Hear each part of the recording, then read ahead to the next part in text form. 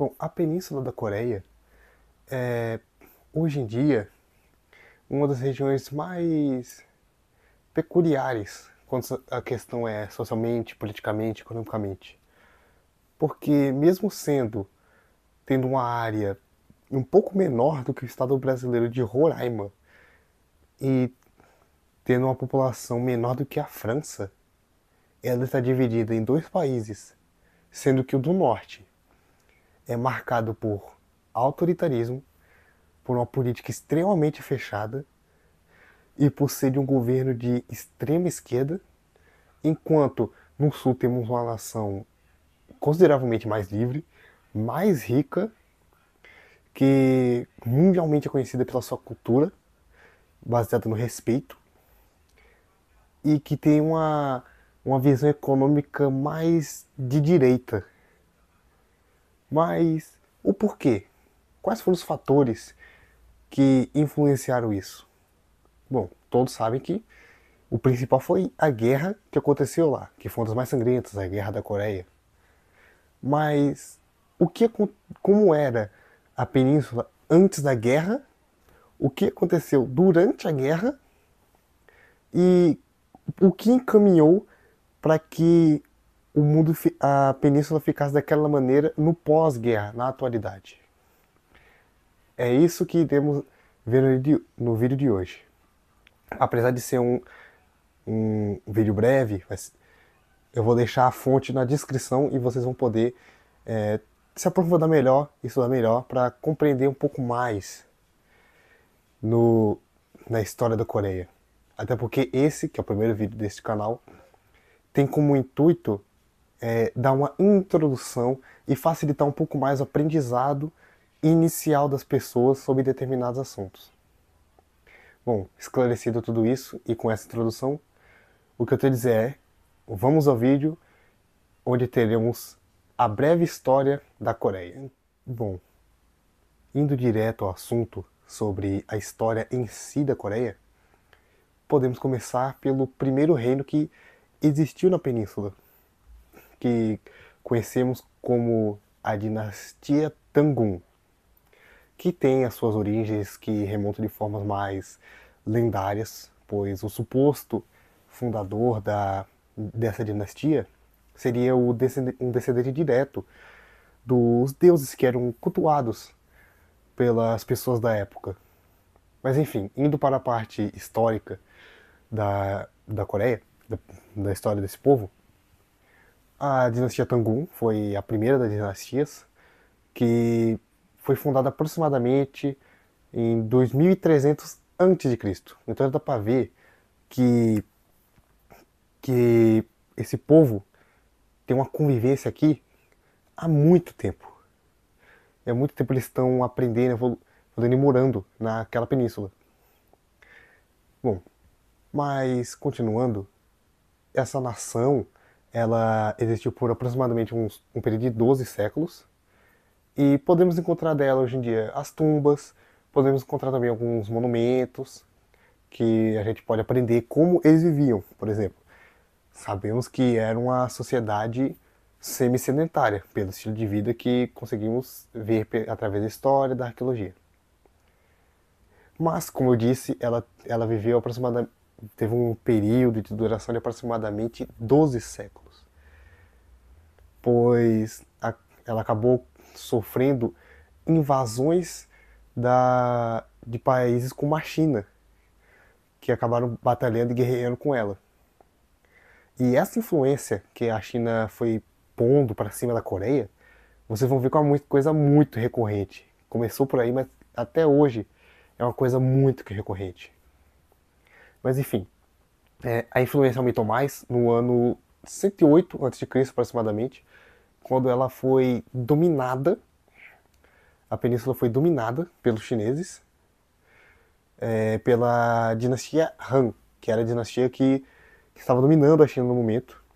O nome do seu imperador era Wu Dihan, e ele acabou desenvolvendo na Península Coreana uma separação de países de uma forma mais organizada, de uma forma que fosse baseada também no confucionismo, que, como você já deve ter ouvido falar, foi uma corrente filosófica, muitas vestidas até como religiosas e culturais, vindo do filósofo chinês Confúcio. Bem, essas nações que foram instituídas pelos chineses acabaram, depois de um tempo, ganhando a sua independência, de certa forma, graças à aristocracia da Coreia, que conseguiu novamente tomar o poder de suas nações que foram criadas ali. E elas também tinham se desenvolvido economicamente e tecnologicamente, já que elas começaram a utilizar os metais de forma mais trabalhada, conhecimento que veio adquirido da China em si. Mas enfim, essas nações que foram forjadas, elas deram o primeiro passo para o próximo capítulo da história da Coreia. Esse capítulo é o período dos Três Reinos, que apesar de terem sido fundados 4 reinos, os 3 mais poderosos foram o reino de Silla, que foi o primeiro do ano 57 a.C., e 4 décadas depois, um pouco menos de 4 décadas depois, já existiam mais 2 reinos, o reino de Goguryeo e o reino de Baekje, da época de Anticristo. Porém, a partir do quarto século depois de Cristo, eles buscavam um pouco mais de poder. Foi nessa época que o budismo chegou na região da península e eles, como eu disse, buscavam mostrar que era economicamente melhor, socialmente melhor, militarmente melhor que o outro, o que levou a alguns atritos e conflitos. Durante a maior parte desse período, quem conseguiu se provar como o mais poderoso foi o reino de Goguryeo. Até porque no início do quarto século, aproximadamente no ano 314, eles conseguiram repelir ataques dos chineses. De uma maneira, durante 2 anos, repeliu os ataques chineses, o que deu para eles todo aquele prestígio. Enquanto o reino de Silla ele ficava mais ao sul da península, próximo mais ao Japão, servindo de ponte com o arquipélago japonês e o continente asiático em si. Porém, passados alguns séculos, aproximadamente no século VII, o reino de Goguryeo, que por muito tempo foi o mais poderoso, ele chegou ao seu fim, já que novamente os chineses eles invadiram e conquistaram o seu território. Dessa vez porque o reino de Goguryeo ele tinha que lutar também com o reino de Silla, que era o aliado dos chineses. Então, com esse apoio, Goguryeo foi dominada e os territórios foram principalmente para o reino de Silla, que também dominou os territórios de Baekje, o que fez com que o reino Silla se tornasse uma nação muito grande e conseguiu unificar os reinos na península, se tornando um dos primeiros reinos unificados na região. Porém, isso não durou muito tempo, até porque no norte, no extremo norte, próximo da região da Manchúria, alguns refugiados, principalmente do reino de Goguryeo, fundaram mais uma nação para poderem sobreviver sem estar nos seus antigos territórios que foram destruídos por causa das conquistas Silla e das conquistas chineses. E o nome desse reino ficou o Reino Baiyai. Foi fundado no ano 698 d.C. Então dá pra ver que até esse momento a gente ainda tá bem atrás na história, não chegamos nem no ano 700 direito ainda. E a Coreia já passou por um monte de batalha, um monte de nações diferentes já estiveram lá, poderes próprios, poderes de influência chinesa, fragmentação, aristocracia tomando poder, reunificação, nação de refugiados. E a gente não tá nem na metade ainda. Bom, dando mais um salto no tempo, dessa vez de uns aproximadamente 220 anos, chegamos ao ano 918, onde um general chamado Wong Kong, ele fundou uma nova dinastia, um novo reino, e reunificou a Coreia anos depois do reino de Silla, começando um novo passo na história da nação.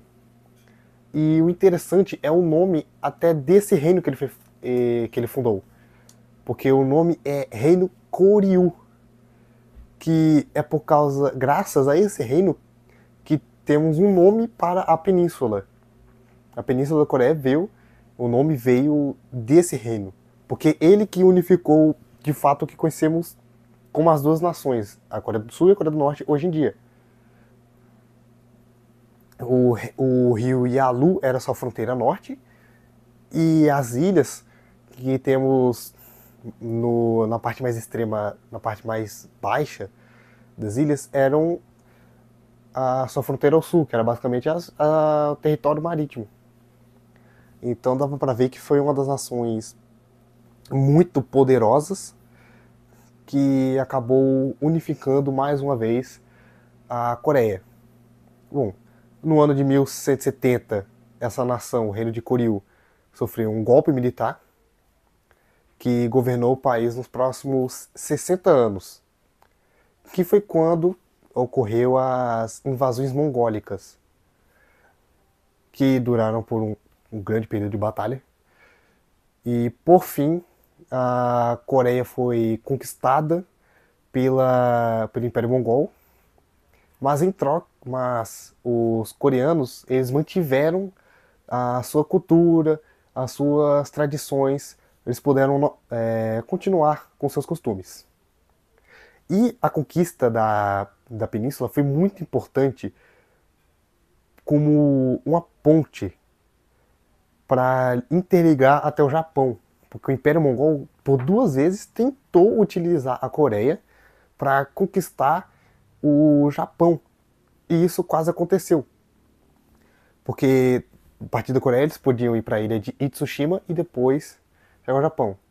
O problema é que nas duas tentativas ocorreram tufões muito violentos que acabaram dizimando o exército mongol que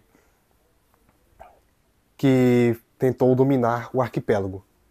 E foi tão importante esses dois tufões que os japoneses começaram a cultuá-los e deram até um nome para eles que significa, em português, o vento milagroso, que em japonês se fala kamikaze. Sim, o nome dos pilotos suicidas do Japão na Segunda Guerra Mundial vem desse fato histórico. Como você vê que para você ver que os governos fascistas, eles acabam se apropriando de termos, símbolos e momentos históricos para poder se validarem, se engrandecerem, utilizando as glórias passadas como método de validação dos seus governos. Mas, enfim, voltemos à história da Coreia. Bom, no ano de 1392, mais uma vez, um general, dessa vez o general Ye, ele tomou o poder na Coreia. Até porque o Império Mongol na Coreia acabou se fragilizando um pouco. Depois de um tempo o Império Mongol chegou ao seu fim. Foi dividido em 4 partes. Mas, enfim, o que interessa agora é a Coreia. O general Ye, ele criou a Casa de Ye na Coreia.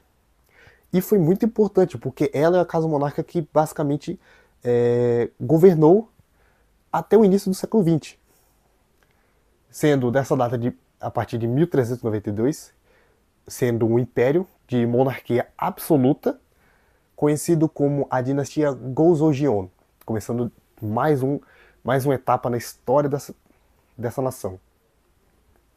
E ela foi importante demais para a formulação, reformulação dos territórios da política em si, até pelo que conhecemos como Coreias hoje em dia.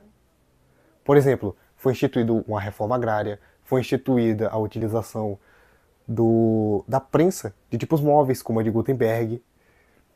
Foi instituído também no ano de 1443 o alfabeto Hangul como o alfabeto do idioma coreano. E esse alfabeto é utilizado até os dias de hoje, para vocês verem como foi firme e prático e essas mudanças, incluindo principalmente a instituição da cidade de Seul como capital.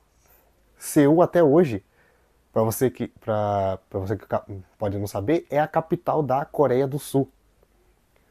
Então, isso demonstra como essas mudanças foram feitas de forma efetiva para a reorganização política e social em si da Coreia como uma nação mais estável.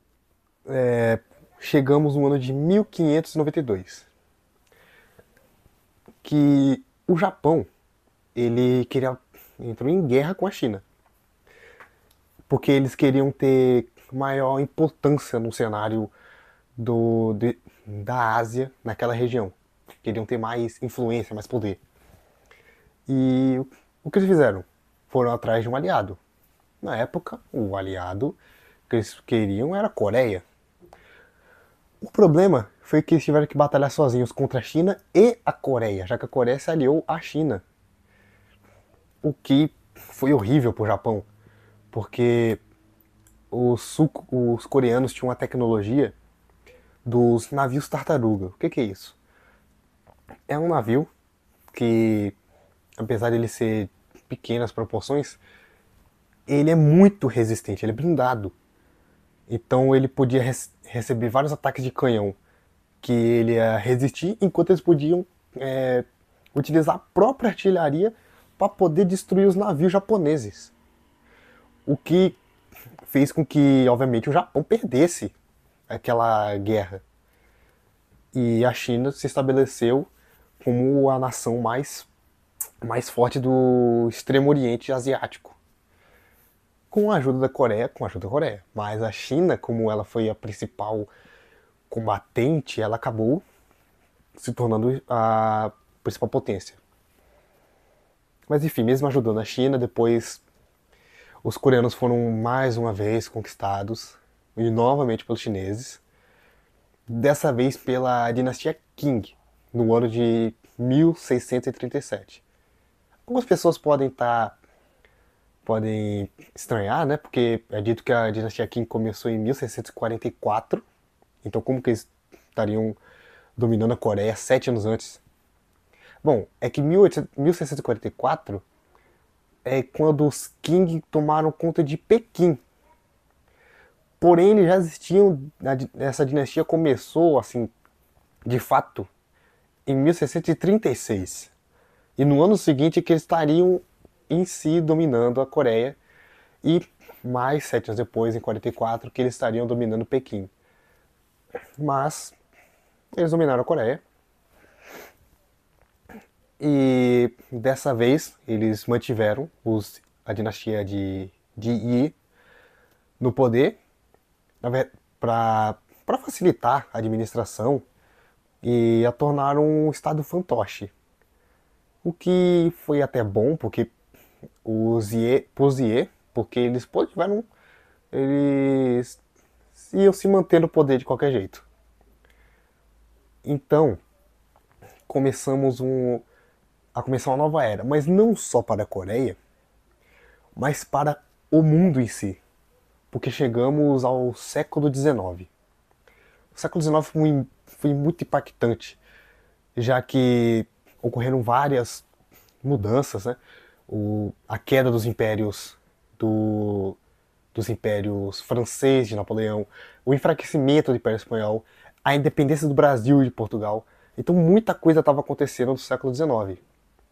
E com a queda desses dois impérios, desse enfraquecimento dessas grandes nações que estavam mandando no mundo, elas foram muito importantes geopoliticamente no passado, isso acabou abrindo portas para outras nações também imperialistas, elas começarem a se tornar mais protagonistas no cenário mundial e acabar influenciando mais e mais. Que nações eram essas? O Império Britânico, que ganhou seu protagonismo, ganhou mais relevância após as guerras napoleônicas, derrotando o Napoleão, se tornando assim um dos maiores e mais poderosos impérios do mundo. Tinha por muito tempo a marinha mais poderosa do mundo. Até hoje tem gente que considera os britânicos como a marinha mais poderosa do mundo. Os russos, que com os períodos do czarado, eles conseguiram expandir muito e muito seu território, se tornando um dos maiores impérios em terra contínua que já existiu. Até hoje a Rússia é gigante, justamente por causa dessa expansão.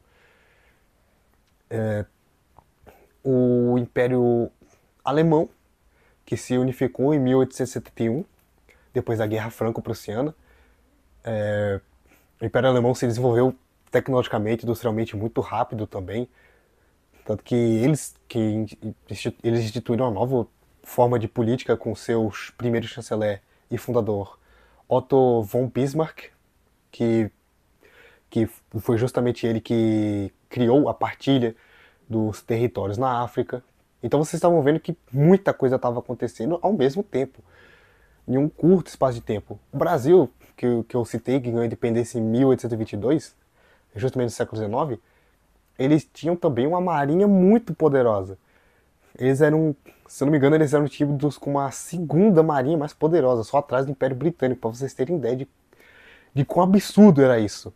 De quanta tecnologia estava, o boom tecnológico que estava ocorrendo nessa época. Mas também uma nação que estava surgindo e começando a querer poder foi o Império Japonês. Novamente, o Japão estava querendo mais respeito, mais hegemonia na Ásia. Dessa vez no extremo oriente asiático. O Japão começou a ser império de fato na segunda metade do século XIX, mais por seu fim, em 1868. Mas eles já começaram mostrando quais eram seus objetivos. Porque em 1894 aconteceu a Primeira Guerra Sino-Japonesa, onde os japoneses buscavam novamente o território da Coreia e da Manchúria, que estava sob a Manchúria chinesa, que estava sob o governo da dinastia Qing. Então eles batalharam e com um ano de guerra, eu repito, um ano de guerra, o Japão venceu, conquistou a Coreia e o território da Manchúria, além de uma indenização muito grande até para a época, em troca da guerra e de todas as baixas que eles tiveram.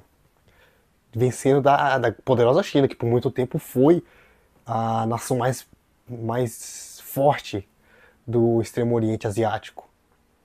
Isso estava mostrando que eles estavam crescendo, eles estavam querendo realmente se tornar gigantescos. E o Imperador Meiji mostrou isso nessa guerra.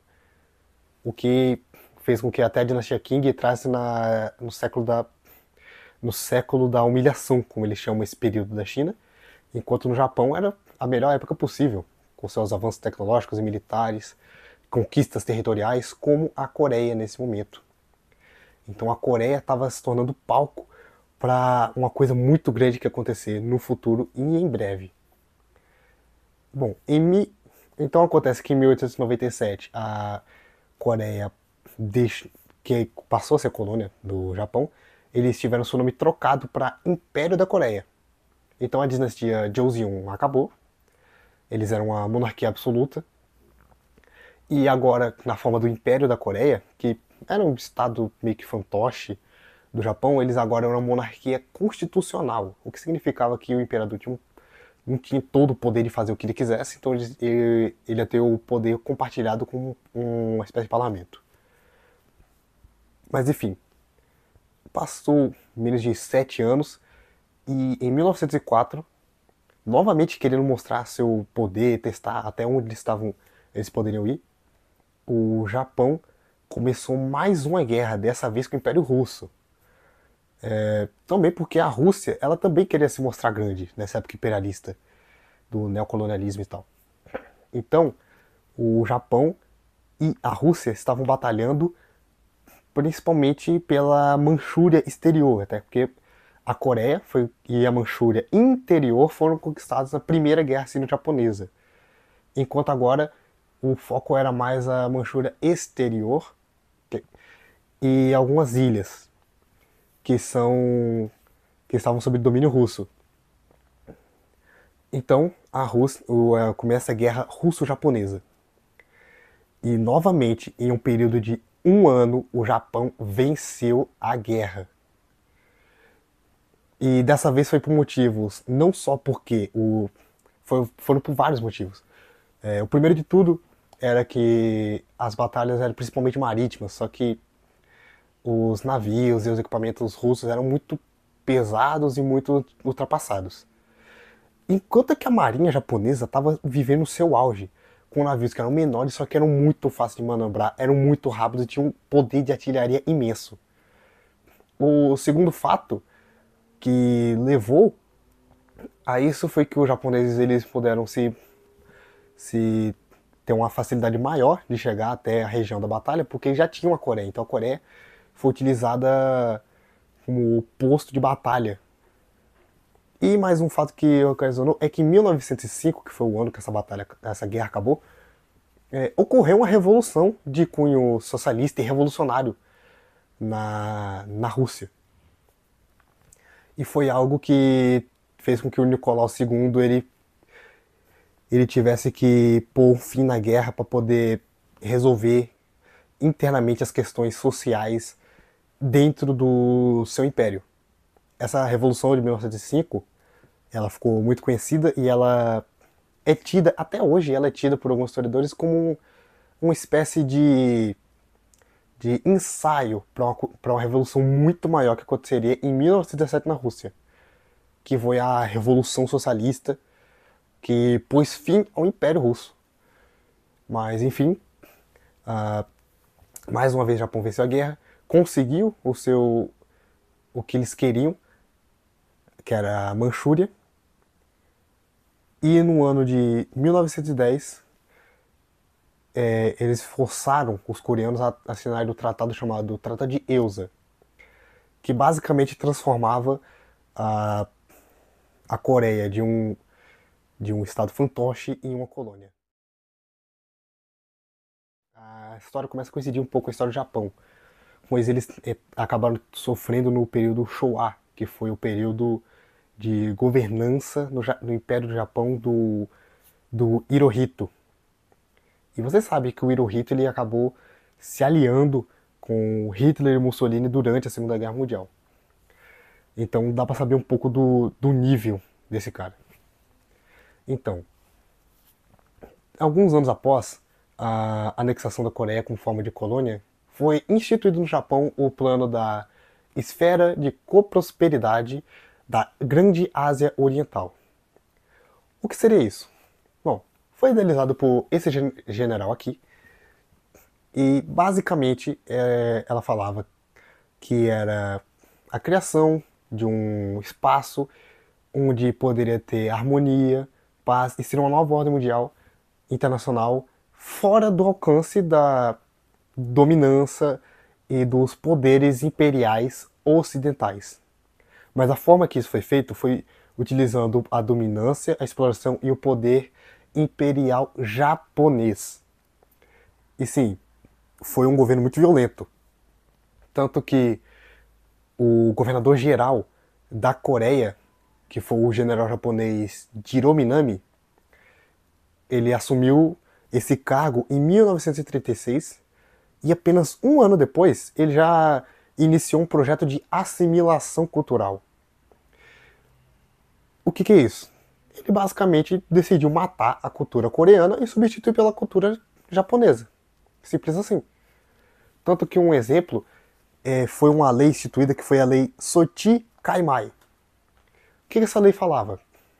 Ela proibia a utilização de nomes coreanos, que teriam nomes coreanos, a língua coreana, e ela teria que ser substituída por nomes japoneses e língua japonesa. Que foi o que aconteceu? O idioma deles foi substituído pelo idioma do país que estava colonizando eles. Eles tiveram que passar a falar japonês, nomes foram trocados. A cultura em si, as tradições, costumes coreanos tiveram que ser proibidos. E eles começaram a ter costumes e tradições dos japoneses. Tudo para criar uma cultura parecida ao extremo. E isso, depois de um tempo, ia ficar tão natural que eles nem iam se lembrar como era a cultura dos seus antepassados, para ter ideia. Isso foi muito radical. Tanto que depois da guerra, na Segunda Guerra Mundial, esse cara, o Jiro Minami, ele foi julgado culpado pelo Tribunal Internacional por causa dos crimes de guerra que ele acabou cometendo na Coreia. E isso foi mais do que justo. Porque se vocês forem ver o que aconteceu, a Coreia nesse período não passava de uma colônia bastante industrializada. Porque apesar de ter muita indústria lá, eram todas indústrias japonesas, tudo era feito para ter um esforço para manter o Japão. Até porque, se vocês forem ver, o Japão geograficamente, ele não é muito abundante. É um arquipélago que tem muito vulcão, tem muita atividade sísmica e ele fica muito propenso a algumas catástrofes naturais, incluindo tsunamis, terremotos. Tanto que um dos maiores terremotos que a gente pode encontrar aconteceu justamente no Japão, que foi uma coisa tão absurda que moveu uma das ilhas principais por quase 2 metros. Para vocês terem ideia de quão sofrida é a geografia daquele lugar. Em comparação, a Coreia é rica em terras agrícolas e também em metais muito importantes para as indústrias. Então era o território perfeito para eles. O que fez com que, a partir da Segunda Guerra Mundial, quando eles entraram na guerra, todas as indústrias envolvendo metalurgia e esse ramo começaram a extrair muito mais do que eles extraíam antes da guerra,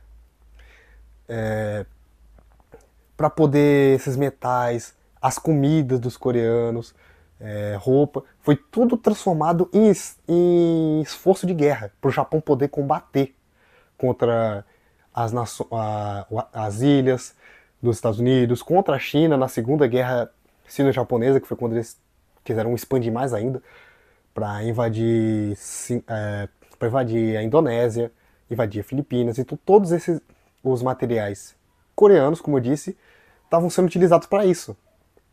Inclusive, além da presença militar japonesa, que já era bastante grande, ela ficou 6 vezes maior durante a guerra para poder manter ele sobre uma rédea mais curta do que eles já mantinham. E vários homens foram forçadamente obrigados a entrar no exército imperial do Japão para combater. Então você vê que foi um absurdo o que aconteceu. Aquela colonização foi muito brutal, principalmente na Coreia. Todas as nações que entraram dentro desse projeto sádico da esfera de coprosperidade da Grande Ásia Oriental, todas elas sofreram muito, tiveram muito problema com o Japão, mas enfim, com o fim da Segunda Guerra Mundial, com as bombas atômicas de Hiroshima e Nagasaki, que atingiram essas cidades japonesas, a guerra acabou e ocorreu a divisão da Coreia, porque após ela surgiram mais 2 potências mundiais. Sim, sempre que tem uma guerra surge uma nova superpotência, sempre as nações que venceram, né? Porque na guerra não existem vencedores, apenas alguma nação que conseguiu se favorecer da morte e da desgraça de outra, elas querem se mostrar melhores. E no caso da Segunda Guerra Mundial,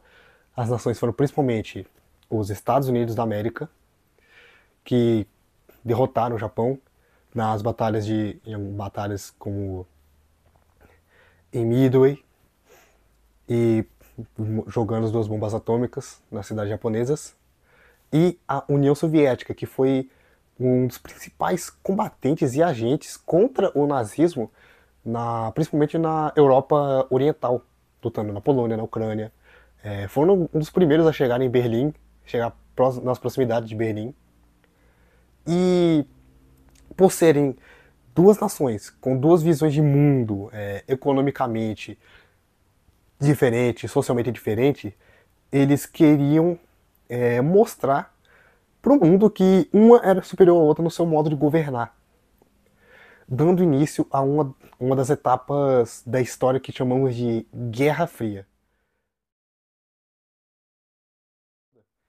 Durante a Conferência de Yalta, a União Soviética propôs que a Coreia ficasse sob a sua influência, o que até que foi acordado pelas três principais nações que participaram: União Soviética, Império Britânico e Estados Unidos. Porém, os Estados Unidos também queriam uma fatia, já que eles se achavam no direito de terem um pedaço da Coreia. Então, na Conferência de Potsdam, foi oficializada a divisão da Coreia. Acima do paralelo 38 Norte seria administrada e teria influência da União das Repúblicas Socialistas Soviéticas, governada por Joseph Stalin.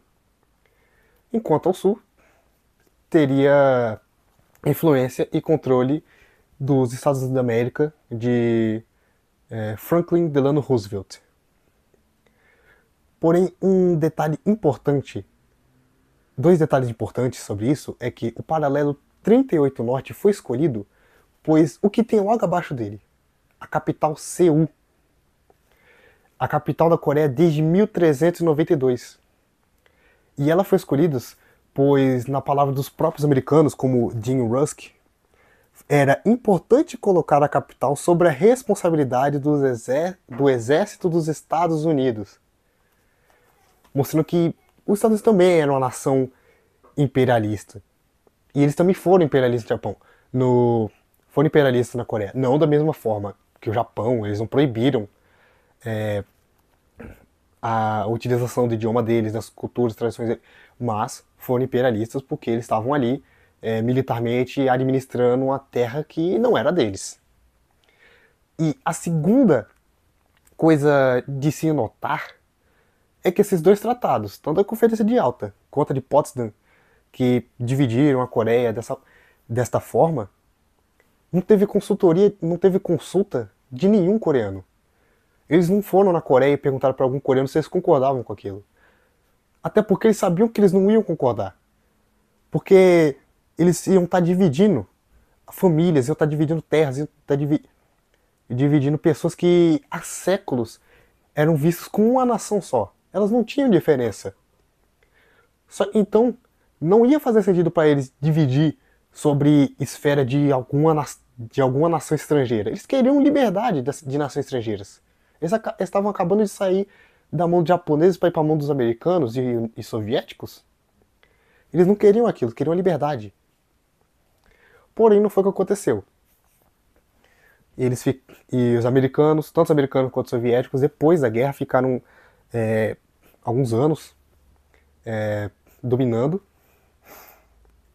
Na Coreia do Norte, por exemplo, os soviéticos eles ajudaram e criaram um partido comunista que até hoje é o partido comunista mais forte, o Partido Comunista Norte-Coreano. Na verdade, teve ajuda e foi fundado basicamente pelos soviéticos. Porque, segundo alguns estudos, o comunismo lá não era forte. Ele se tornou forte depois da chegada da União Soviética. Tanto que foi só em 1945, um pouco depois, que foi para lá o tido como grande Kim Il-sung, que era um jovem na época, 33 anos, que era famoso pelos seus trabalhos de guerrilha, seus trabalhos como revolucionário comunista, porém na China. Ele serviu durante a Segunda Guerra Mundial, ele serviu basicamente do lado da China e da União Soviética. Depois que ele foi para a Coreia do Norte, o país não existia ainda. Então, quando ele chegou lá, muitos relatos da época mostram que os grandes líderes os grandes líderes comunistas viam ele e não enxergavam alguém muito grandioso, porque pela fama que o Kim Il-sung tinha, eles achavam que era uma pessoa bem mais velha, com bem mais experiência, e não um jovem de 33 anos. Ali ele seria apenas uma pessoa inexperiente na visão deles. Tanto que nenhum dos grandes partidos comunistas da época tinham listado ele como alguma das personas principais. Porém, depois de alguns anos, ocorreram votações para presidente nas duas nações, Coreia do Sul e Coreia do Norte. Foram um pouco tumultuadas, principalmente na Coreia do Sul, onde ocorreram perto de 600 mortes de coreanos na época das votações. E essas votações foram supervisionadas pela ONU. E quem ganhou no Sul foi Syngman Rhee. Enquanto no Norte não teve supervisão da ONU, não porque a ONU não quis, mas sim porque a União Soviética se negou a permitir a supervisão da ONU, o que vamos concordar que é bem estranho, mas enfim. E quem ganhou foi justamente o Kim Il-sung, porque ele se aliou com o Partido Comunista mais forte, que tinha um apoio da União Soviética, principalmente de Joseph Stalin, que era o secretário-geral. E isso foi alguns dias depois. A votação ocorreu alguns dias depois da eleição de Syngman Rhee. E a diferença dos dois, que um é comunista e outro é capitalista. Só. Os dois eram extremamente nacionalistas, tinham o mesmo objetivo, unificar a Coreia. Só que sob o seu ponto de vista, e utilizariam a força, e principalmente a força, para cumprir esse objetivo. Essas votações ocorreram em 1948, que foi o ano que a União Soviética deixou a Coreia do Norte para ser um país independente. Tanto que até hoje esse dia é um feriado nacional na Coreia do Norte, pelo que podemos saber desse país. O aniversário de Kim Il-sung, seu aniversário de nascimento, e o dia de sua fundação são feriados. E no ano seguinte, a retirada da União Soviética de suas tropas, a Coreia do Sul também retirou suas tropas. Porém, os americanos soviéticos não saíram totalmente. Eles deixaram alguns embaixadores, cônsuls, para poder dar alguns relatórios de como estava ocorrendo a política em seus ex-territórios ocupados. E uma grande diferença que vocês vão ver se olharem a história é como que cada nação deixou as Coreias. O Norte, quando a União Soviética se retirou, eles não se retiraram deixando eles de mãos abanando, deixando territórios, equipamentos militares, ensinamentos militares do Exército Vermelho, que é um grande exército, se você olhar a história, ganharam muitas batalhas, guerras. Enquanto a Coreia do Sul foi deixada de forma muito largada pelos Estados Unidos. Eles não tinham preparação e nem soldado suficiente para poder se defender. E isso foi posto à prova no ano seguinte a se retirar dos Estados Unidos, em 1950. Porque ocorreu o evento mais famoso envolvendo aquela península. Um evento que até hoje repercute no quesito da história e influencia a relação dessas duas nações até hoje. A Guerra da Coreia. Para unificar novamente sob a sua visão a Coreia, vemos que Kim Il-sung, que foi o primeiro presidente da Coreia do Norte, primeiro ditador, para falar a verdade, pela sua forma de governo arbitrária, vemos que em 1950, alguns meses antes de declarar a guerra, ele viajou até Moscou para ter certeza de que, caso a Coreia do Sul revidasse e a Coreia do Sul e o Ocidente revidassem e acabassem invadindo seu território, eles teriam algum apoio de Moscou. E a União Soviética relatou que eles se apoiariam sim durante a guerra, e realmente apoiaram, mas de forma mais logística, já que eles já tinham entregado alguns equipamentos, equipamentos soviéticos do Exército Vermelho antes da retirada em 1948. Então, durante a guerra, eles dariam apoio logístico e táticas, enquanto que em Pequim, Mao Tse-tung garantiu sim também uma ajuda logística e mais do que isso. Mao Tse-tung ainda cedeu 50 mil soldados do exército chinês para começarem a fazer parte do exército norte-coreano, porque esses soldados eram descendentes de coreanos. Uma coisa que até hoje é muito comum na região da Manchúria. Tem muita gente que ainda fala coreano por lá. Então, com equipamentos, táticas e soldados chineses e as táticas e alguns equipamentos soviéticos, Kim Il-sung estava pronto. Então, em 25 de junho de 1950, usando desculpa de que os sul-coreanos tinham cruzado a fronteira no paralelo 38 Norte, e também alguns conflitos menores, algumas tensões menores que realmente aconteceram na fronteira alguns momentos anteriores, ele declara guerra e invade o Sul. E a preparação da Coreia do Norte foi uma coisa assustadora. A velocidade que eles estavam dominando a Coreia do Sul é algo que até hoje impressiona, porque eles declaram guerra em 25 de junho. 2 dias depois, a capital da Coreia do Sul, Seul, que é Seul, já teve que ser evacuada em 2 dias. E Syngman-rhee, ele acaba fugindo, obviamente, porque ele é o presidente.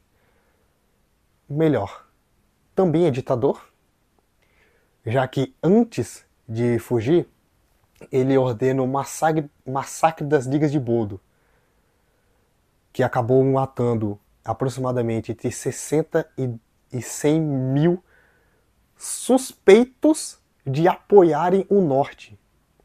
Então você vê quão paranoico esse cara era com relação aos comunistas e quão preconceituoso ele era. Ele executou suspeitos.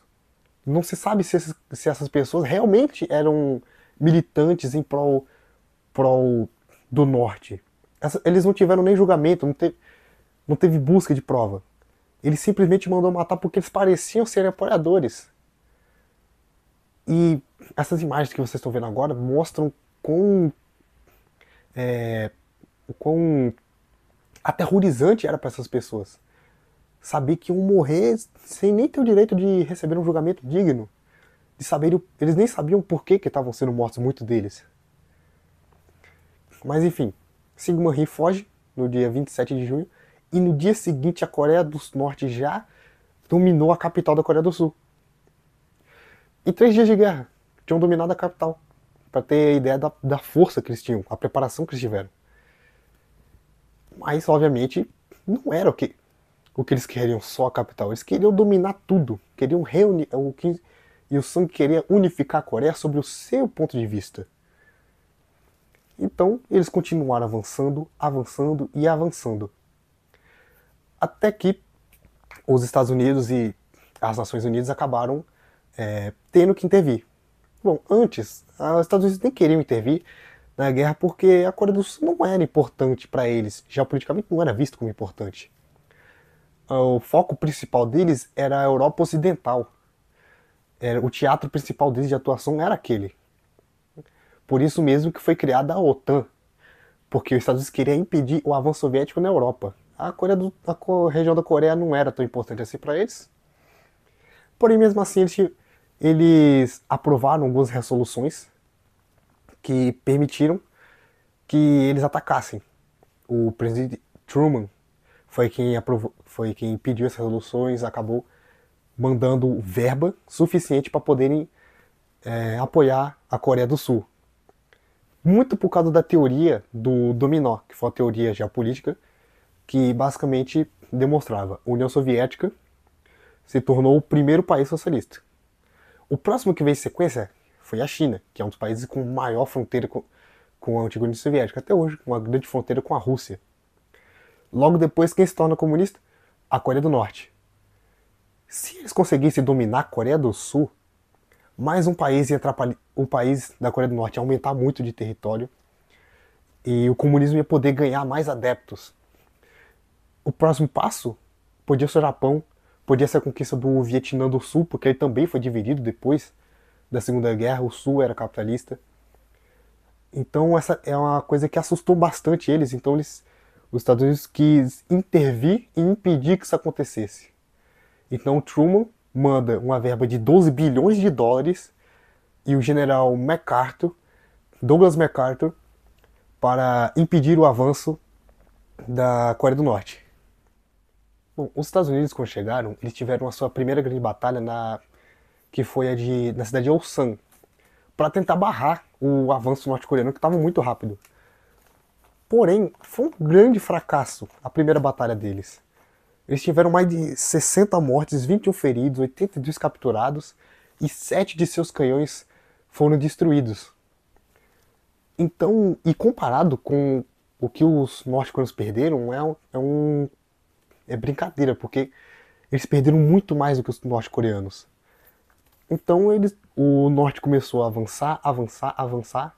Os Estados Unidos e a Coreia do Sul não tinham o que fazer e chegaram a ter apenas 10% do controle da ilha.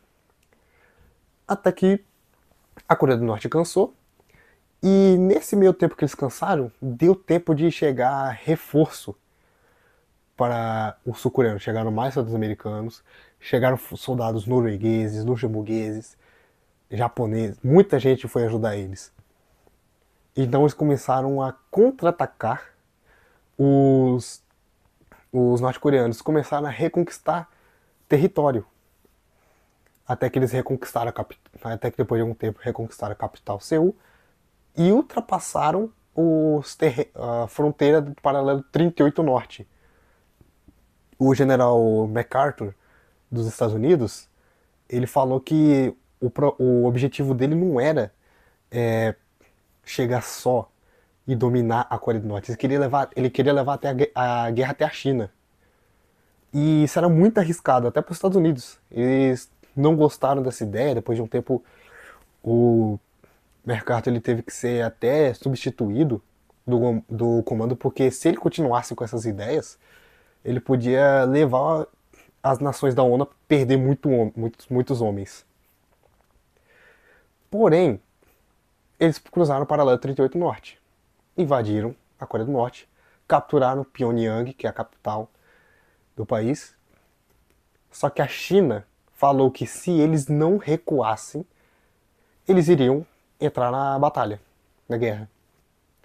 Os Estados Unidos e os seus aliados acharam que era só um blefe da China e continuaram atacando. Quase conquistaram a península inteira, mas a China não estava blefando e mandou simplesmente 200 mil homens para poder apoiar o norte. E além disso mandou mais comida, mais recurso, mais armas, e os soviéticos também mandaram apoio logístico para eles. Então, mais uma vez, o norte contra-atacou, os Estados Unidos eles utilizaram de bombardeios para tentar impedir isso. Desde o contra-ataque, os sul-coreanos estavam bombardeando o norte. E em um desses bombardeios, depois que a China entrou na guerra, o filho do Mao Tse-tung, que era o presidente, foi morto em um desses bombardeios. E essa notícia chegou no ouvido do Mao Tse-tung e ele simplesmente falou: bem, sem sacrifício não há vitórias, não é mesmo? Pois bem, para você ver, depois de algum tempo de guerra, aproximadamente a guerra durou 3 anos, ela encerrou em 27 de julho, e ela se resumiu no ataque bruto da Coreia do Norte, o contra-ataque da Coreia do Sul com apoio de várias nações do bloco ocidental, contra-ataque da Coreia do Norte com apoio da China e logístico da União Soviética, e mais um contra-ataque da Coreia do Sul, que deixou a situação insustentável, e depois desses 3 anos a guerra encerrou e tiveram várias negociações no armistício de guerra coreano, que instituíram basicamente uma nova fronteira nos atuais nos territórios do momento. Foi basicamente quase o mesmo território, do antiga fronteira do paralelo 38 Norte, porém com uma perda grande para a Coreia do Norte, porque eles perderam aproximadamente 3 mil quilômetros quadrados. Um cessar-fogo imediato. Esse armistício foi assinado por representantes do exército estadunidense, do exército chinês e do exército norte-coreano. Sim, esse armistício foi um tratado puramente militar, não com nações. Era o tratado dos militares. E você vê também que quem assinou o tratado, o armistício, foi os Estados Unidos. O, o Syngman-rhee não mandou representante do exército coreano para poder assinar o tratado, porque ele se recusava a aceitar que ele não conseguiu unificar as Coreias usando a força, que era o que ele queria. Então os Estados Unidos que teve que representar a Coreia do Sul. Eles que foram lá para pôr um checkmate nessa questão. E basicamente a guerra teve um status quo, apenas causou a morte de milhões de pessoas e estagnação para as duas nações. E agora chegamos na última parte do vídeo, que é a conclusão e o pós-guerra. Conhecido dessa maneira porque o armistício de paz declarou cessar-fogo e a zona desmilitarizada. O problema é que na prática a guerra ainda está acontecendo, porque nunca houve um tratado de paz. Então essa guerra já tem 74 anos que está acontecendo. E a tal zona desmilitarizada é uma das fronteiras mais militarizadas que existem, porque tem muito posto, tem muita mina terrestre, tem, enfim, cercas elétricas. Então a zona desmilitarizada é um dos lugares mais perigosos do mundo. Mas indo para o que aconteceu com as duas nações principais que sofreram com esse conflito sangrento, a Coreia do Sul ficou com a economia estagnada por muito tempo. O ditador Syngman-rhee tinha um governo corrupto, autoritário, despótico, extremamente preconceituoso e paranoico com quem ele suspeitava ser de esquerda. Não era muito a favor, não era muito bom na quesito industrialização da Coreia do Sul, o que levou até a golpe de Estado no país. E essa forma de governo autoritária, retirando alguns períodos, alguns governos, influenciou a forma de governar na Coreia do Sul em si até 1988 aproximadamente. Para vocês verem como uma má gestão pode acompanhar um país por muito tempo. Segundo uma repórter, a repórter Park Soo-mi, 25% do PIB da Coreia, da Coreia do Sul naquela época, vinha da prostituição. Eu vou até deixar nas fontes de onde tirei esses dados na descrição do vídeo para vocês checarem depois. E, bem, a Coreia do Sul começou a se industrializar de fato após a década de 70, porque ocorreram alguns tratados de proteção mútua com os Estados Unidos, alguns investimentos econômicos, e eles conseguiram ter realmente o seu boom econômico a partir da década de 80, onde aconteceu o chamado Milagre do Rio Han, porque eles começaram a investir em educação, investir na industrialização, aprimoramento tecnológico, desenvolvimento de uma forma sustentável na nação, e tudo isso acelerou bastante o PIB deles. Eles saíram de uma das nações mais pobres do mundo para um país que tem, parece que 1,5 trilhão de PIB. Isso é um absurdo. Você consegue comparar essa economia com a economia do Brasil. Eles são referência hoje em dia tecnologicamente, com vários setores industriais, como a Hyundai e Kia, o grupo é de lá, Eles são parte dos tigres asiáticos. Eles são algumas que basicamente Hong Kong, Coreia do Sul, a Ilha de Taiwan e que são algumas das nações mais desenvolvidas e tecnológicas que existem naquela região. E além disso, eles também são conhecidos pela sua cultura. No ramo de entretenimento, você tem o cinema coreano, você tem as doramas, que são um estilo cinematográfico muito conhecido hoje em dia.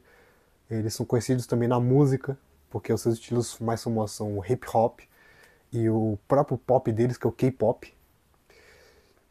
Também são conhecidos por terem uma cultura e respeitosa. E existem várias. E além disso, nos esportes, eles foram os criadores de duas das artes marciais mais conhecidas do mundo, que são o Hapkido, que alguns militares também usam, porque ela envolve utilização de facas, bastões, espadas, enfim, rolamento, chute. E a mais famosa, com certeza, que é o Taekwondo, que também é da Coreia do Sul. Então você pode ver que a Coreia do Sul ela está bem presente na cultura mundial em si. Eles se desenvolveram tanto que eles puderam sediar as Olimpíadas de Verão, Olimpíadas de Inverno e a Copa do Mundo de 2002, que foi sediada em parceria com o Japão. Para vocês terem ideia de como que eles conseguiram superar todo aquele passado ruim que eles sofreram na mão dos japoneses, depois na mão do Syngman Rhee, aquele ditador, e da estagnação por causa da guerra. Então vocês podem ver que eles realmente conseguiram dar uma volta por cima bem grande. Enquanto isso, a Coreia do Norte, apesar de ter sofrido, com a guerra, do mesmo jeito que a Coreia do Sul, eles conseguiram se restabelecer até que rápido, porque eles tiveram um apoio econômico e social um pouco maior por parte da China e da União Soviética. Então eles conseguiram se restabelecer como uma nação com bastante dinheiro até que por muito tempo. Porém, isso não durou muito, até porque a China, depois de alguns governos, ela buscou se aproximar um pouco mais economicamente com as nações ocidentais. Uma coisa que acontece até hoje em dia é a maior compradora do Brasil, faz comércio com a Alemanha, várias nações europeias. E a União Soviética ela parou de ter toda aquela importância, se preocupar tanto com a Coreia do Norte, porque eles tinham que resolver alguns problemas mais internos e no Extremo Oriente da Europa. Então a Coreia do Norte acabou ficando precisando sobreviver por conta própria. Kim Il-sung governou até 1994, quando ele faleceu.